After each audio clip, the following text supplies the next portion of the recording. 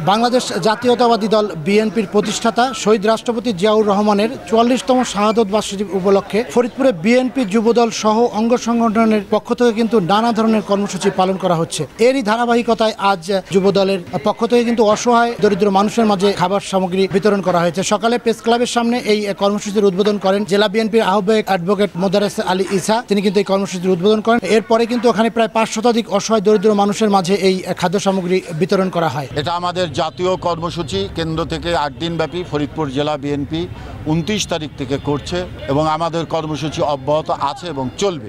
Faridpur press ক্লাবে দুস্থদের মাঝে খাবার বিতরণ করেছি।